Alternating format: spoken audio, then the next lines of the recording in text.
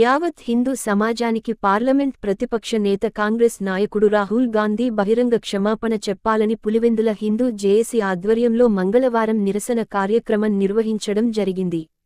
పట్టణంలోని పాత మార్కెట్లోని ఆంజనేయ స్వామి దేవస్థానం వద్ద నుంచి పూలంగళ్ల వరకు ర్యాలీగా వెళ్లి రాహుల్ గాంధీ ఫోటోను దగ్ధం చేశారు. హిందువులను కించపరిచే విధంగా రాహుల్ గాంధీ మాట్లాడడం సమంజసం కాదని హిందూ జేఏసీ సభ్యులు పేర్కొన్నారు. రాహుల్ గాంధీ పార్లమెంటు సాక్షిగా హిందువులకు క్షమాపణ చెప్పాలని, లేకపోతే ఆందోళన మరింత ఉధృతం చేస్తామని హెచ్చరించారు.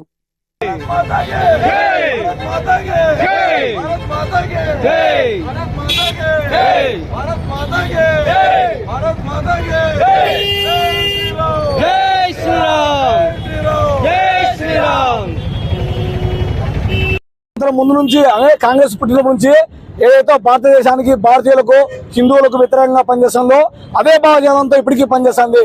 మొన్న రాహుల్ ఖాన్ ఉన్నాడో వాడు హిందువులు ఎప్పుడు అసత్యం అంటే ఎవరైతే హిందువులుగా చెప్పుకుంటుంటారో వాళ్ళంతా అసత్యవాదులు, ఎప్పుడు 24 గంటలు హింస అని అంటారు. కానీ ఇప్పటికీ అంటే స్వాతంత్రం వచ్చినప్పటి నుంచి ఇప్పటి వరకు ఎవరైతే ఉగ్రవాదులు ఇచ్చేస్తున్నారో వాళ్ళు ఎప్పుడు వాళ్ళ హిందువుల కిందికి లెక్కేస్తున్నాడు. ఒక జిహాదీ ఉగ్రవాదులు ఇప్పటి వరకు హింసతో వేలాది లక్షలాది మంది ప్రాణాలు చూస్తున్నారు. అయినా రాహుల్ ఖాన్ గానికి వాళ్ళు కన్నారు.